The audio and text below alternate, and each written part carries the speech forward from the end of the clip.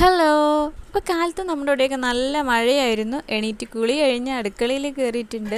രാവിലെ കഴിക്കാനായിട്ട് ഇഡ്ഡലിയാണ്. അപ്പോൾ ഇഡ്ഡലി മാവൊക്കെ ഒഴിച്ച് വെച്ച് ഇത് തൊട്ടടുത്തുള്ളൊരു കടയിൽ വന്നതാണ്. കുറച്ച് സാധനങ്ങളൊക്കെ മേടിക്കാനുണ്ടായിരുന്നു. മേടിച്ചിട്ട് തിരിച്ചു പോണ വഴിക്ക് കുറച്ച് പനിക്കൂർക്ക ഇല കൂടി നുള്ളി എടുക്കുകയാണ്.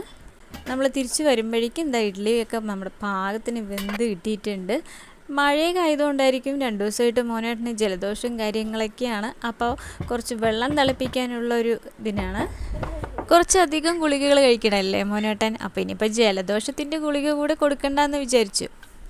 പനിക്കൂർക്കയിലയും തുളസിയിലയൊക്കെ വെള്ളത്തിൽ നന്നായി കഴുകിയെടുത്ത് മാറ്റി വെച്ചു. ഇനി ചട്നി തളിക്കാൻ നിൽക്കുകയാണ്. ചട്നീൻ്റെ ഒപ്പം തന്നെ ചമ്മന്തി നമ്മൾ റെഡിയാക്കി വെച്ചിട്ടുണ്ട്. പിന്നെ ഇഡ്ഡലിപ്പൊടി നമ്മുടെ അടുത്ത് എപ്പോഴും സ്റ്റോക്ക് ഉണ്ടാകും. ഇവിടെ എല്ലാവർക്കും ഇഡ്ഡലിപ്പൊടി ഭയങ്കര ഇഷ്ടമാണ്. അപ്പോൾ നമ്മളിത് വെള്ളം തിളപ്പിക്കാനായിട്ട് വെച്ചിട്ടുണ്ട്. നന്നായി തിളച്ച വെള്ളത്തിലേക്ക് കുരുമുളകും ഇഞ്ചിയും ചതച്ചതിട്ടു. പിന്നെ നമ്മുടെ പനിക്കൂർക്കയിലയും തുളസിയിലയും കൂടി ഇട്ട് നല്ലവണ്ണം വെട്ടി തിളപ്പിച്ചു. എന്നിട്ട് നമ്മളിത് ഒരു ഗ്ലാസിൻ്റെ ജാറിലേക്ക് ഒഴിച്ച് വെക്കുകയാണ്. നമ്മൾ കുരുമുളകും ഇഞ്ചിയും ഒക്കെ ചതച്ചിടുന്നത് കൊണ്ട് തന്നെ നല്ലൊരു എരിവും പിന്നെ തുളസിയിലയും പനിക്കൂർക്കയിലേൻ്റെ ഒക്കെ മണവും കൂടെ സൂപ്പർ വെള്ളമാണ് കേട്ടോ അത്.